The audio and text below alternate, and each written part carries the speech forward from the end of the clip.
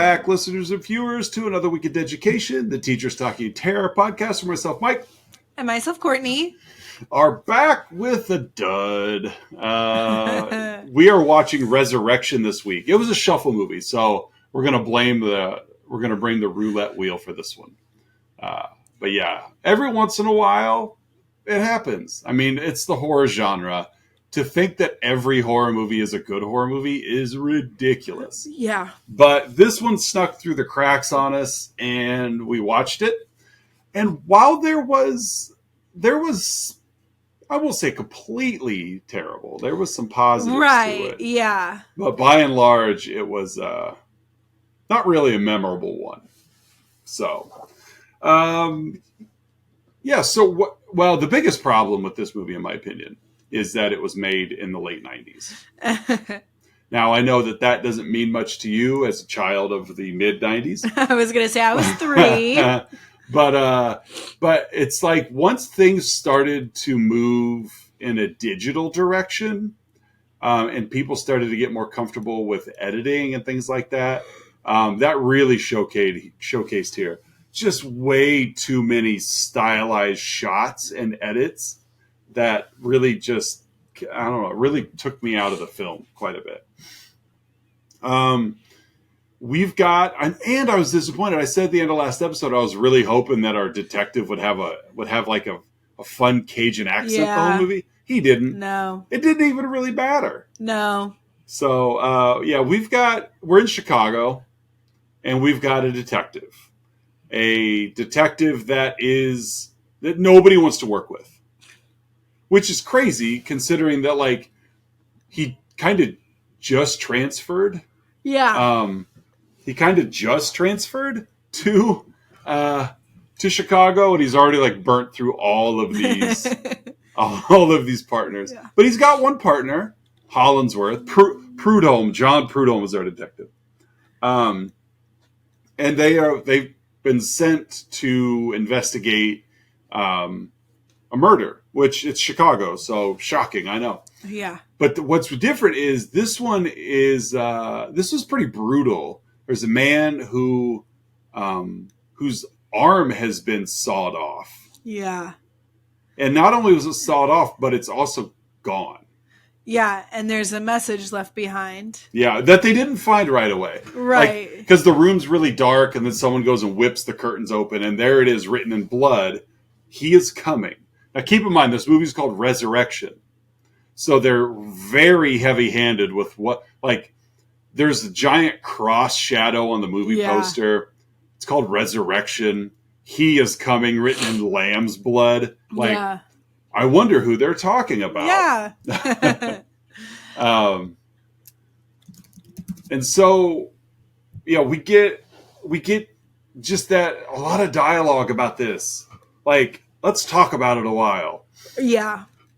And then we find there's another victim. This victim's missing his right arm. And this now is when the detectives are like, we're dealing with a serial killer. Yeah, and I'm just like, okay, just because the arms are gone? Like, you got two, now. It is weird, don't get me wrong. And obviously they're right, or else the movie wouldn't have it. But you have two victims. And yes, they both are missing. And so I could see where you're going to it with that. But at the same time, like, why don't you put something else together before we start throwing serial killer we need another sign that it's a serial killer aside from they're taking their arms. Right. And they found one. Tell us about that third victim. The third victim was missing his head. Yeah. And he had some Roman numerals like carved into him. So they went back, and didn't they find Roman numerals on the others as well? Yeah. This is, now I understand Hollywood has to have, like, their movies are only a certain length. Right. And so therefore you have to have your detectives like deduce quickly. Because you can't have a detective in a movie that's trying to solve crimes take a week to figure it out. Yeah. But this guy's amazing. Yeah, he is. Detective Prudhomme, he sees one clue and he doesn't even have to think about it because he's read the script. So he knows what's it going all. on. So yeah, they find Roman numerals. Prudhomme like immediately starts like wait a minute. The victims' names are Matthew, Peter, and James. Those are apostles. Like, wow. Nice job. Yeah, it's like I can understand. You know what? If I were a detective of the Chicago Police Department, I also would not want to work with John Prudhomme. No, same. And so, yeah, so we've got a very obvious connection to Bible verses and, you know. Just a minute, because you got a barking dog over there. The kid is home and opened the door that I specifically said not to, and now the dogs are in. So just a minute. Yep.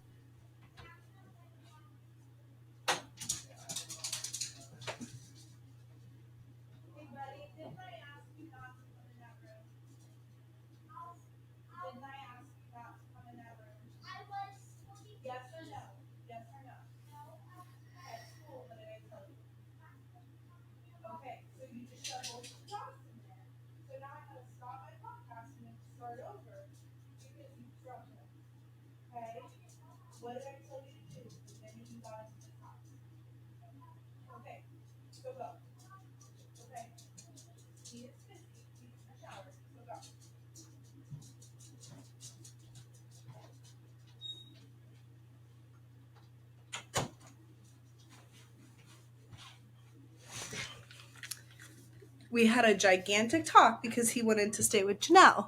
Mm-hmm. And we had a big, long talk about how he's not to come in this door or mess with anything. Mm-hmm. He gets home, he goes and plays with his Wii. That's all he's supposed to do. Yeah.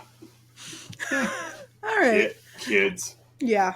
But yeah, if I were on the Chicago Police Department, I probably would not want to work with Detective John Prudhomme either.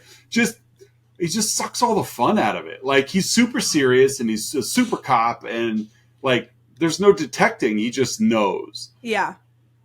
So Prudhomme's got this idea. Okay, he's killing people with the same name as apostles. Roman numerals tied to Bible verses, to which, he like goes to the Bible and finds, the next clue.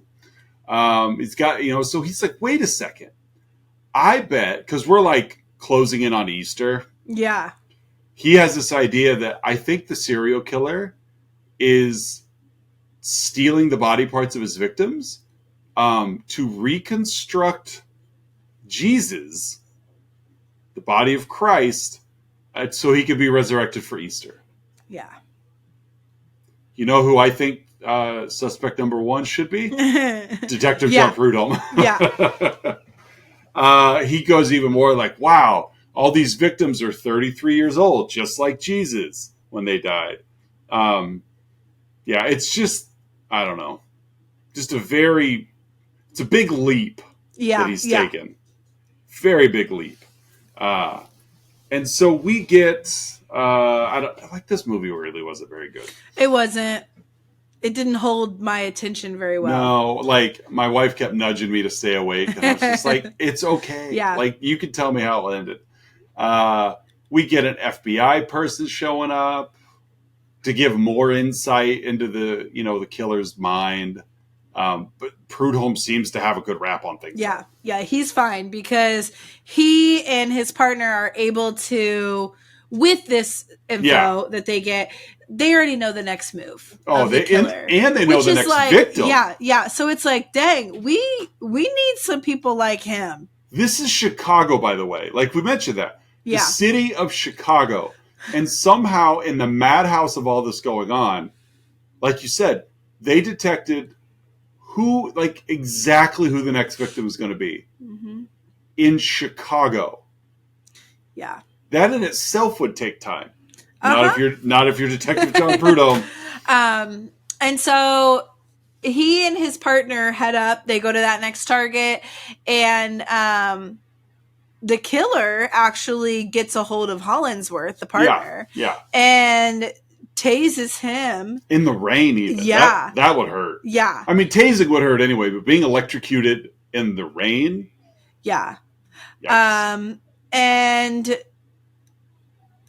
shot in the leg. Yeah, well, yeah, because he electrocuted him, and then like the mask was creepy. His mask was The creepy mask was looking. creepy. Yes, But he like put his mask on Hollinsworth after he like duct taped him, and then like duct taped a gun to his hands. Yeah. And then like he come walking out, like come stumbling out. Well, of course, the police automatically think it's the killer, and like you said, they shoot him in the leg. Well, of course, now that he's been shot in the leg, he needs to get amputated. Yeah, like that shot shattered his leg. And guess what happens to his legs? It gets stolen. Dun, dun, dun. Yeah, right there from the hospital. Yeah, so a message is left. Just kind of, this is what you get for interrupting. Right, yeah. Messing with my with my experiment, I guess. Yeah. And your wife must die. Yeah. Luckily, though, she has a biblical name, so it's okay. Yeah. Yeah.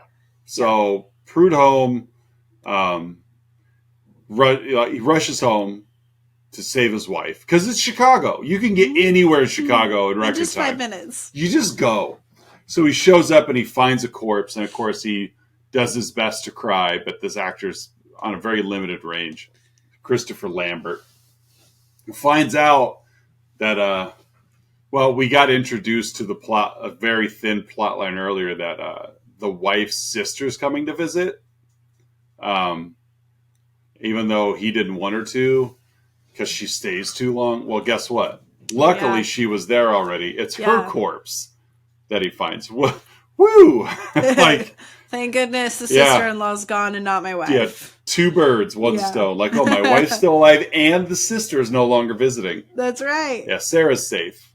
I honestly had completely forgotten about the sister. Yeah, I did too. Because my wife and I were watching it, and then we both were like, why are they? Yeah. Who? Uh-huh. And we're like, oh, it was the sister. I actually looked it up. I got on Wikipedia and was like, sister, that's who it was. Yeah. So Hollinsworth hospitalized. Prudhomme returns, visits him some, goes to some other detectives to get just some advice. Yeah, these guys hate him. Yeah. But it's Chicago. They're the only other 2 detectives in the entire city of Chicago. And now we come across our 5th victim that now is missing his other leg. Yeah. So we now have like reverse hangman going on. Yeah. The killer has 2 arms, 2 legs, and a head, and they deduce he's probably going after a torso next. Yeah. You think? Schofield, one of the other detectives, he comes across like some FBI records or whatever, that there were some other murders that were kind of similar to these in Tennessee, years ago. And Prudhomme gets upset because, of course, he's been working with this FBI guy, Wingate. Mm-hmm. And he's mad at Wingate because it's like, you guys are the FBI. Like, these murders going on right now are eerily similar to the ones in Tennessee years ago, and you didn't think to connect the dots, especially when you guys had the information. Because Wingate promised to send all the information. So Prudhomme goes to the FBI's office, and because he's upset with Wingate, he talks to Wingate, only he finds what? Yeah, he's not the same Wingate that's been working with him. Yeah, the guy that the detective's been working with, the FBI agent, is not this Wingate. So Prudhomme, being super detective, he's like James Bond and like Sherlock Holmes all in one. Yeah. He realizes, well, obviously the fake Wingate's the killer then. I've been working with him. How this fake Wingate got a hold of FBI files, I don't know. But so Prudhomme and his partners, his team, he's got the whole police force behind him now. They're going to trap him. And they're going to trap him for impersonating a police officer. And we find out that this guy's name is Demas. And he's just mocking the police because you can't catch me. Yeah. Like, you can't connect me to anything. Like, they bring him in, but they're like, you got nothing. You got nothing on me. So they, like normal, because it's America, you, okay, pay your bond and you're free to go. Yeah, and he pays his bond and he goes. So but they don't let him go. Right. They like they tail him to yes, but he does end up escaping by changing his clothes in the bathroom and sneaking out that way. Sneaking out a window at Union Station. So apparently, I've been to Union Station a number of times. I haven't checked the bathrooms to see if they're all like outward facing. I would think if there's a window in a bathroom, it's probably against an outer wall. Yeah, because the people that like if it was inside, which I could see, you know, air just ventilation, for some light. Like, I don't know. I wouldn't go there. I would hope. I would hope not for ventilation. Yeah, true. But if there's like a window on an inner wall, like just out to like a hallway or whatever, and I saw someone slinking their way out of it, I'd probably tell someone. It doesn't matter. This movie didn't think that far enough ahead. No. So Demas, who they had, is now gone, and he's still on the prowl for a torso. Prudhomme's team is still on the hunt. They did finally get his fingerprints connected to those ones in Tennessee. Yes. So now they have something they can pin on him. Yes. Even though he's clearly murdered 4 people and stolen a leg. He kind of cheated by taking Hollingsworth's leg. He did. But yeah, so he's been doing his service, but now they can pin him on those Tennessee murders. Yeah, and they also recently discovered he was in like a psych ward. Yeah.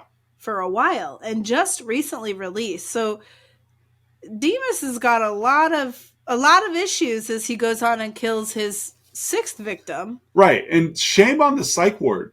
Like, now I'm not saying that everyone's cured when they go there, but if I don't know, I'd say it's failed. Well, usually I think that they wouldn't be let out if they... Right. Like, you know what I mean? Yeah, you did something to end up in the psych ward. And I'm assuming you were getting help in the psych ward. And then, like, within a couple of months of leaving, you go on a murder spree? Yeah. Like, okay. Yeah. I don't know. Where are the people that check up? I've never been to a psych ward, but where are the people that check up with you? Well, not only that, but I have a hard time believing that people that are, like, irrationally insane like this man can act sane. Right. I think, like, you could go the other way. Yes. But it just seems, and I could be way wrong. Drop in the comments below, blah, blah, blah, if I'm wrong. But it just seems that, like, if you're insane, it's not a light switch. You can't just be like, "Oh, I'm going to act rational." Yeah, I'm going to be rational right now and trick them. So like you said, he finally gets a 6th victim, takes that torso. And so Prudhomme, being the detective, I get so tired because he noticed in this next photo that they took, the windows were open when in fact they were closed. Yeah, those windows were closed. So what better place to hide than somewhere that's already been looked? Which, I honestly, that's the smartest thing you said, because when I play hide and seek sometimes, like if we just, like with my nieces and nephews, not with my 27-year-old friends, but or your husband. I don't care what you guys are into. Like, we'll be like, okay, we can move. And I go to the first place that they look. Yeah. Because they've already been there. You're not coming back here. Right. Yeah. And they have not caught on to that yet, but it's smart. So, and we'll find out based on that little nugget how many of your friends watch the show. Yeah. Because if they start chasing you, if they start looking in your other spots, then, but yeah, I know what you mean. Yeah. I know what you mean. You've already looked there. I'm going to go hide there. You're not going to look there again. It's easy. So Prudhomme has an idea where he's at. So they go to the house all the way back to the first victim. Yeah. And they find the reconstructed body. That's supposed to be. And it is. It's crucified. It's supposed to resemble Christ. And it's pretty gory. It is. Yeah, it's pretty gross. And so, man, this next stretch just drove me nuts. Yeah. So he left his notes because, of course, Demas isn't there. He's hiding out. Like, He thinks this is safe. He doesn't realize the police have caught on. So in reading his notes, he realizes that this is so stupid. That for this to work, Demas is going to have to take the heart of a newborn child that's been birthed by a woman named Mary on Easter. Yeah, so good luck finding someone like that. Luckily, what are the odds? Well, in his 100% favor, actually. They are the only odds that matter because Mary has a baby on Easter. And within 30 seconds, apparently, of this child being born, it's in the papers? Yeah. Like, Moltz is like, wait a second. It's like he can smell it. Like, wait a minute. Mary just gave birth to a child, a son, on Easter in blankety blank hospital. Keep in mind, Chicago, Illinois. Yeah. The, third largest city in America. Top 5 at least. Like, and these detectives are insanely efficient. So they go to that hospital and they find Demas with the baby. Of course. Yeah. Prudhomme chases him to the rooftop and he's like holding the baby over the edge of the building. And I'm like, yeah. Like, Demas, you're not going to drop that kid. You need that heart. You need that, yes. Yeah. Like, you can't take it to kill it and then hold it hostage. Mm-hmm. So. But Prudhomme shoots him. And then, in lightning fast move. Yes. Catches the newborn baby. It's in the rain, too, I believe. Yeah. So it's raining. So that you're catching a slick baby. That's. No. And Demas falls to his death. Yeah. And then we flash forward a little bit later, and Prudhomme visits Hollingsworth, and he's walking on his prosthetic leg, and he's like, I'm going to come back, and I'm going to be just better than I was. Okay. And that's the movie. He's smart enough to... I can't wait to walk off this set. Yeah. And never come back. Oh, boy. This movie. I know you still haven't seen the movie 7 yet. You need to see the movie 7. That'll make a movie like this seem much more digestible. Well, ladies and gentlemen, that was Resurrection, the 1995 horror film. It was horror because of the gore. Otherwise, it was just more like suspenseful, I guess. Yeah. It was like horror because of serial killer, not horror because of a monster or anything like that. It was gory, though. It was. It was gory. Let's grade this thing. What are you going to grade it? I'm going to go with a C-. I was too. C-. That's what I was leaning towards. A low C- because it did have some gore. Mm-hmm. And I usually like I'm big in the Law & Order SVU, Criminal Minds, CSI. Like, I love those. So when we first picked this, I was like, ooh, crime investigation. I'm going to love it. And then, nah. I saw it on a list of like best horror movies you've never seen. And I thought, okay, maybe this is a little diamond in the rough. No, just in the rough. Yeah. Yeah, this is a turd. Well. We've seen worse. Yes, we have. So. All right. You're the queen of remembering what it is. This was the shuffle, so what's next? So we've got Scratch Off. Okay, Scratch Off is next. Let me pull up the old Plex machine. Come on, log in. And why are you not logging in, Plex? Because it knows that you want to. I guess. Do something. This is the third time I've tried. Let's see here. I have to edit some of this out. What was your favorite part of this movie?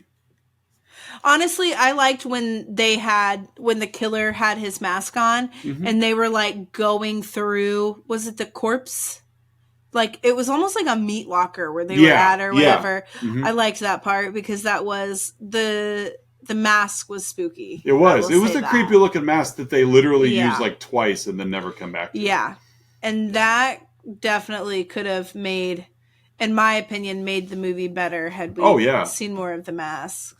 Yeah. Very effective mask, but just not an effective film. No. All right. Are you ready for the shuffle? Yes. We have 80 movies left on the scratch off horror Wow. list. 80 left. And next week, wait a minute. We watched House on Haunted Hill. Yeah. We have 79 movies left on Ah! make sure, yeah, I got them all, I believe. Oh, we'll find out. And next week, we are watching, oh, you're going to love this movie. We are going to watch 2005's The Descent. Oh, Okay. this is a great one. This is a great one. My wife's going to love this.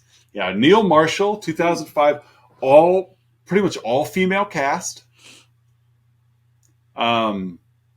I've referenced this before because if you have a fear of tight spaces, Yeah. this movie is going to make you very uncomfortable. Very uncomfortable. Yeah, a caving expedition goes horribly wrong. Yep. As the explorers become trapped and ultimately pursued by a strange breed of predators. So it's like an outdoor barbarian. It's better than Barbarian. This movie's good. I don't know. It's Barbarian still just kind of. Yeah. Yeah, I agree. But this movie, very, very good movie. And so, yeah, I'm excited. Oh, I am. I'm excited. I've seen this movie a number of times. Like, I could probably just go on now and not even watch it. Yeah. But, yeah, this is a good one. The Descent. Clocks in about an hour and 40. Not too bad. It was successful. Made about $57 million at the box office on a tight budget. Wow. But, yeah, and what I really, really enjoy about this movie is we're looking at, like 5 or 6 friends, all female, all explore, like they're all just kind of extreme in that sense. Yeah. But each character, like we're with them and long enough that like we really do get to know each character. So you really feel for them when crap starts to hit the fan. Wow. So don't watch any trailers. Don't read much about it. If you're reading now, stop. This is a movie I only read that first line. That was it. Where'd you read that off of? IMDb. Okay. But yeah, this is one that you're going to want to watch. You're going to want to go in somewhat blind. Okay. Okay. Which I've realized is kind of like the way that I like to right. It's in. I mean, to be fair, it's the way one should go. Yeah. You know. But yeah, this one, yeah, you're not going to, even the little tagline that you read, it doesn't give much away, but yeah, you're going to want to go in blind.